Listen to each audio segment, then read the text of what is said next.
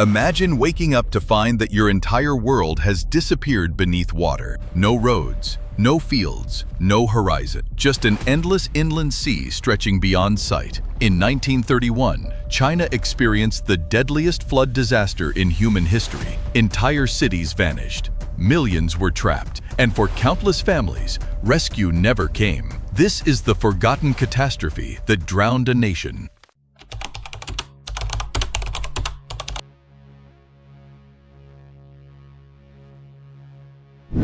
Imagine a world where the horizon has simply ceased to exist, replaced by a vast, churning expanse of gray, suffocating water that stretches until it meets the bruised sky. There is no land left, no solid ground to stand upon, not even the memory of a path. In the summer of 1931, the heart of China became an abyss. Beneath the surface of these silent, muddied waters lie the remnants of a civilization, the echoes of 4 million souls who went to sleep in their homes and woke up in a watery grave. This was not a sudden catastrophe that arrived in a burst of fury, but a slow, calculated erasure of existence. The tragedy began with a whisper that grew into a scream. The winter of 1930 had been relentless, burying the mountainous regions of central China under a heavy, suffocating blanket of snow. As spring arrived, the thaw was not the gentle transition of seasons, but a violent release of liquid power. Simultaneously, the heavens collapsed.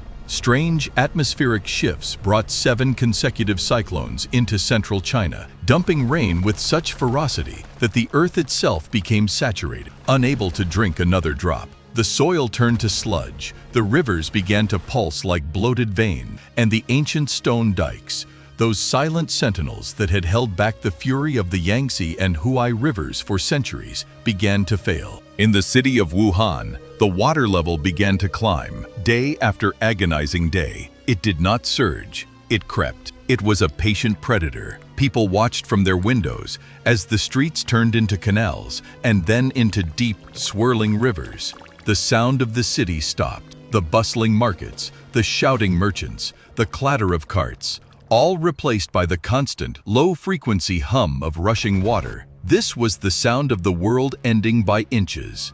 The citizens of Wuhan lived in a state of suspended animation, waiting for the water to crest, only for the cresting point to move higher with every passing hour. As July progressed, the Yangtze and the Huai rivers breached their containment. It was a structural failure on a biblical scale. When the dikes finally gave way, it was not a singular event, but a series of tectonic shifts in the landscape. The water did not just flow, it claimed. It tore through provincial borders, swallowing entire villages in the dark of night. Families huddled on rooftops, watching as their ancestral homes dissolved into the brown, churning currents. There was nowhere to run. The geography of the region had been fundamentally rewritten. An area roughly the size of Great Britain was submerged, leaving an ocean where there should have been fertile fields of rice. Conditions on the ground were beyond the reach of description. Starvation arrived before the floodwaters had even reached their peak. With the crops obliterated and the grain stores sitting at the bottom of the rising tides, the survivors were faced with a grim calculus. Disease began to march across the stagnant pools. Cholera, dysentery, and typhoid took hold of the refugee camps that had sprouted on the only remaining hillsides. The water, once the lifeblood of the civilization, became a toxic cocktail of human waste, decomposing remains, and industrial runoff. The silence was the most terrifying part. It was a heavy, oppressive stillness, broken only by the occasional splash of something shifting beneath the surface, or the distant sound of a collapsing roof. The government of the time was paralyzed, fragmented by internal strife, and entirely unequipped to manage a disaster of this magnitude. For the millions trapped in the flood zone, the realization dawned slowly. No one was coming. They were being erased from the map, one submerged district at a time. The water reached depths that defied logic, swallowing entire pagodas and turning city centers into deep-sea ruins.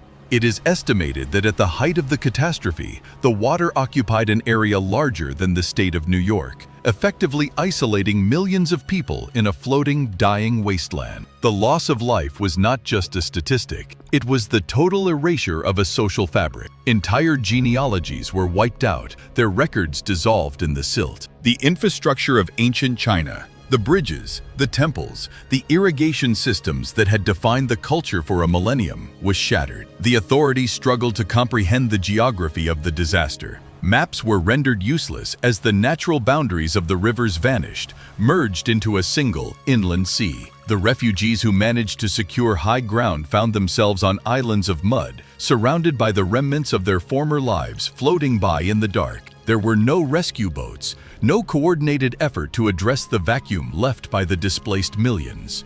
It was as if a curtain had been drawn between the rest of the world and this submerged catastrophe. As the weeks dragged on into months, the water began to recede. But what it left behind was a landscape of desolation. The mud was thick, toxic, and clinging. The fields were salted, the homes were hollow shells, and the stench of decay permeated the air for miles in every direction. The survivors returned to find their lives literally washed away. There was no recovery, only a long, grueling struggle to survive among the ruins. The trauma of the event was etched into the very soil, a silent witness to the 4 million who would never return to their homes. The memory of the 1931 flood remains hidden in the archives of history, a stark reminder of our fragility. The sheer volume of water defied the engineering of the time, ensuring the catastrophe would claim millions.